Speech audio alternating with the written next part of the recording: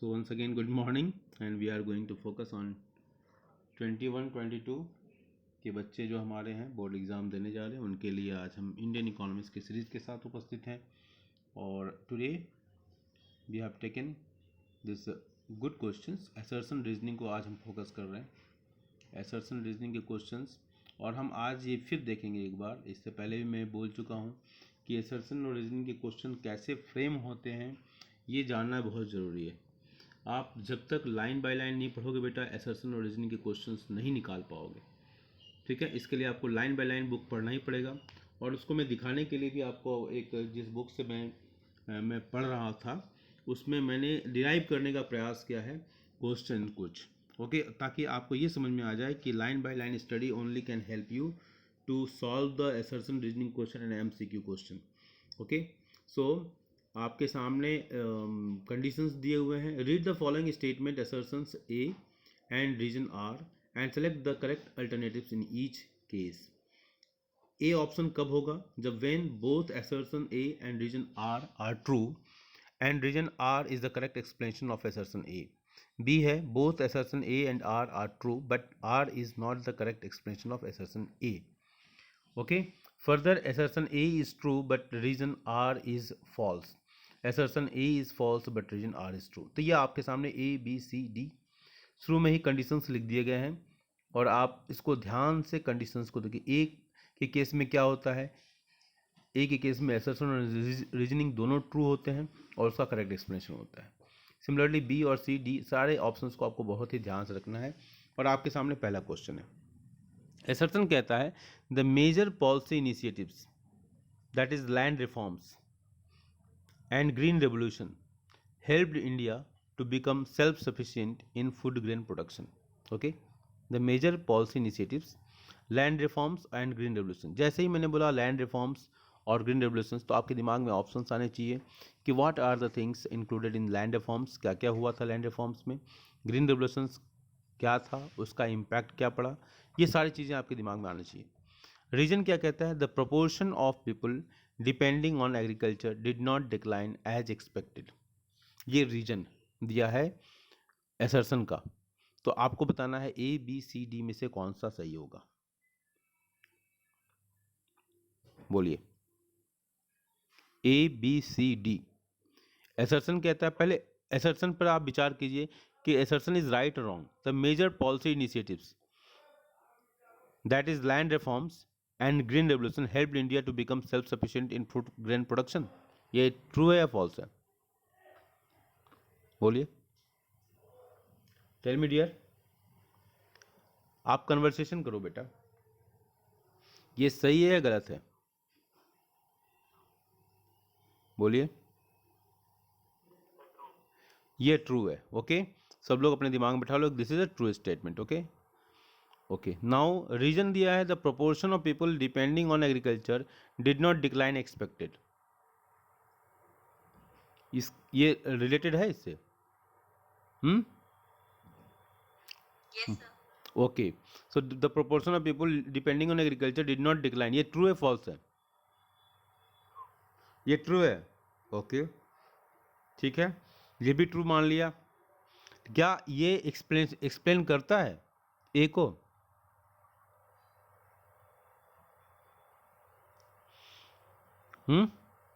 Tell me. No, sir. Yes, very good. Karishma is saying no, is correct. So हमारा option क्या होगा, answer क्या होगा? B. Okay, our answer will be B. Okay, कि हमारा assertion और रीजन अपने आप में दोनों सही हैं। असर्शन भी सही है और रीजन भी सही है, लेकिन रीजन आर जो है ना सिग्निफाई नहीं करता है, एक्सप्लेन नहीं करता है, उसका सही कारण नहीं है कि the major policy initiative that is land reforms and green revolutions helped India to become self sufficient in food grain production, उसको इस सप्लीमेंट नहीं करता है। ओके, तो हमारा ऑप्शन क्या होगा? B. Both assertion A and reason are true but reason are is not the correct explanation of assertion A. Okay, चलिए क्वेश्चन नंबर 2। असर्शन ए क्या कहता है? Despite the implementation of green revolution 65% of our population continued to be engaged in agriculture sector till 1990। Okay, despite the implementation of green revolution, 65% of our population continued to be engaged in agriculture till 1990. Okay, reason क्या कहता है? The industrial sector and the service sector did not absorb the people working in the agricultural sector. Question number 2, question number 2 का पहला assertion देखो, ये fact से सही है या गलत है? बोलिए, tell me. Question number 2, fact is correct और इनकरेक्ट? नो सर, सर वो तो 75 के आसपास था। ओह हो 1990 में? इंडिपेंडेंस से पहले था, हाँ, इंडिपेंडेंस से पहले था वो तो 70 75 में तो 85 था बेटा, इंडिपेंडेंस के समय में 85 था. 1990 ये ट्रू है. ओके, पहला स्टेटमेंट ट्रू है. रीजन क्या है? The industrial sector and the service sector did not absorb the people working in the agriculture sector. और यही बहुत बड़ा चैलेंज था. इसी का प्रयास किया गया कि एग्रीकल्चर सेक्टर में जो सरप्लस पॉपुलेशन है, अगर उस पॉपुलेशन को अगर हम निकाल लें, क्योंकि एग्रीकल्चर सेक्टर में क्या है, डिसगाइज्ड पॉपुलेशन बहुत ज़्यादा है. ठीक है, ऐसा लगता है कि लोग रोजगार में हैं, but actually their contribution is not there. ठीक है, जैसे आप इसको ऐसे समझो कि मान लो कि 1 एकड़ की जो जमीन है, small holding of land that is 1 एकड़, where 5 people are working and they are contributing 20 kg of wheat, suppose for example I am telling small figure. ठीक है, and 6 people is employed and there is no contribution, means agriculture wheat production remained 20 only. It means the 6th person who was employed had not contributed any way in the production. Are you getting point? So this situation is known as disguised unemployment, and it is a major problem of agriculture sector. So अगर इस population को, disguise population को वहां से निकाल दिया जाए और उसको इंडस्ट्रियल सेक्टर और सर्विस सेक्टर में ऑब्जर्व कर दिया जाए, ठीक है, आर गेटिंग पॉइंट? मेरी बात समझ रहे हो? तो अनएम्प्लॉयमेंट की समस्या ही समाप्त हो जाए. तो ये बात जो कही जा रही है, despite the implementation of green revolution 65% of our population continued to be engage in agriculture sector till 1990. ये ट्रू है. And this is also true, the industrial sector and the service sector did not absorb the people working in the agriculture sector. उसको absorb करने में सक्षम नहीं हो पाए, इसलिए डिस्गाइज अनएम्प्लॉयमेंट की समस्या भी बनी रही. Okay, question number 3. Question number 3 कहता है, assertion says in the second phase of green revolution, that is mid 1970s to mid 1980s, the HYV technology, high yielding variety technology, benefited only the more affluent states and the wheat growing regions, for example Punjab and Haryana. Reason what it says, in the second phase of the green revolution, the HYV technology is spread to a larger number of states and benefited more variety of crops. आपको बताना है what is correct. A B C D, इसमें correct क्या है? Incorrect और reason false है. क्या बेटा? असर्शन ट्रू है, रीजन फॉल्स है. assertion ट्रू है, ओरिजिन फॉल्स है. Yes sir. तो कौन सा ऑप्शन होगा? सी. assertion ट्रू है. In the second phase of the green revolution, mid 1970s to mid 1980s, the HYV technology benefited only the more affluent states and the wheat growing regions. Hmm? नहीं sir, वो तो 1991 के बाद हुआ. Hmm? अच्छा, इसका reason क्या है? सेकेंड फेज बोल रहा है, सेकेंड फेज बोल रहा है. अगर फर्स्ट फेज होता ना तो ये ट्रू हो जाता. ठीक है, ये ध्यान रखना. Okay, are getting point? In the second phase of the green revolution, HYV technology is spread to a larger number of states and benefited more variety of crops. ठीक है, तो assertion A is false, but region R is correct. ठीक है, D होगा इसका answer. ठीक है. In the second phase of the green revolution, HYV technology spread to a larger number of states and benefited more variety of crops. This is correct statement. Okay, are you getting point? तो 3 का D. D means assertion A is false but reason R is true. ठीक है, R सही है, ये सही है नीचे का स्टेटमेंट. ठीक है, और A क्या है, ये फॉल्स है, ये वाला फॉल्स. ठीक है. नंबर फोर्थ पर हम आते हैं. नंबर फोर्थ आपका क्या कहता है? Number 4 says assertion A, all the 5-year plans have given equal importance to the goals of growth, modernization, self-finance and equity. Equal importance. ठीक है, equal importance to the goal of growth, modernization, self reliance, finance बोल दिया मैंने, sorry, self reliance and equity. Reason क्या कहता है? Due to the limited resources a choice has to be made in each plan about which of the goal is to be given primary importance. Tell me, assertion is right or wrong? First thing, all the 5-year plans have given equal importance to the goals of growth, modernization, self-reliance and equity. Reason says, due to limited resources, a choice has to be made in each plan about which of the goal is to be given primary importance. Fourth,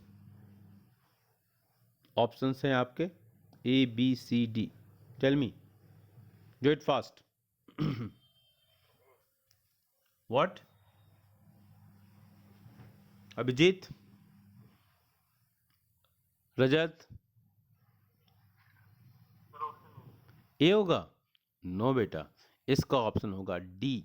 assertion A is false but reason are is true. Assertion A देखो एक बार फिर देखते हैं. All the 5-year plans have given equal importance. No, no, no.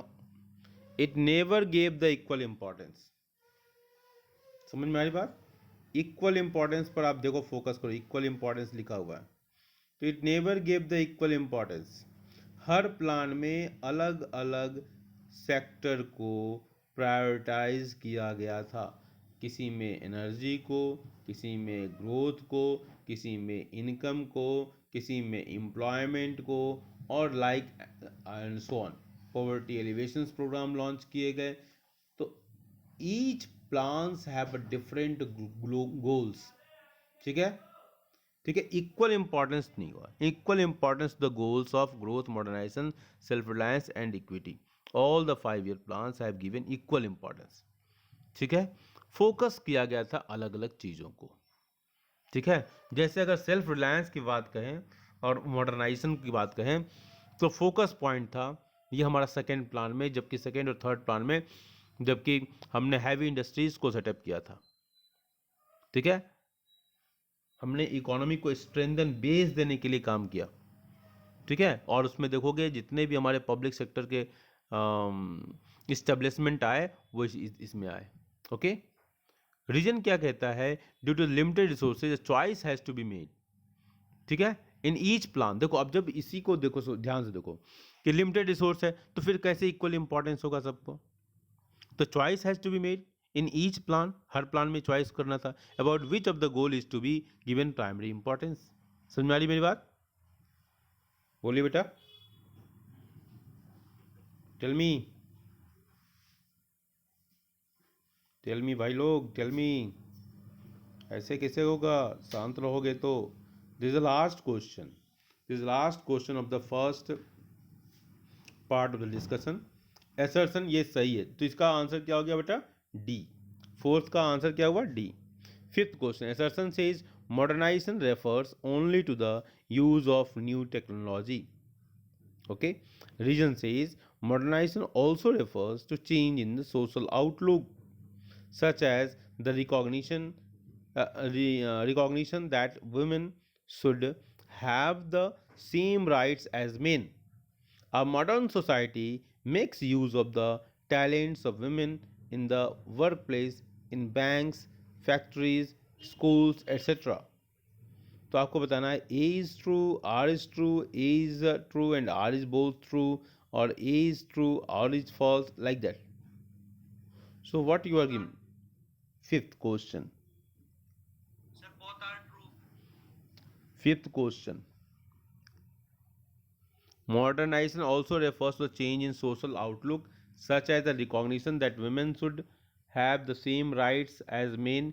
Modern society makes use of the talents of women in the workplace, in banks, factories, school, etc. Okay, तो both are true कैसे होगा बेटा?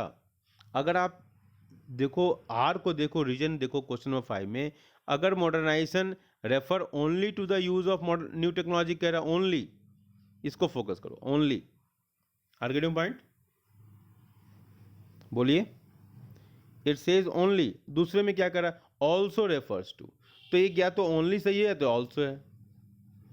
ये on किया रहेगा sir यहाँ पे। हाँ, दैट्स करेक्ट नाउ। तो इसका आंसर क्या होगा? A is false. R true है। A is false but R is true. देखो कितना ध्यान से अर्जुन, तुम कंपेरेटिवली तुमको मैं बहुत अच्छा मानता हूँ, बहुत अच्छों से बच्चों से, लेकिन देखो आपसे भी ये मिस्टेक्स हो रहे हैं। इसका मतलब बाकी को कितने ध्यान देने की ज़रूरत है, इसका सहज अनुमान लगाया जा सकता है। ओके।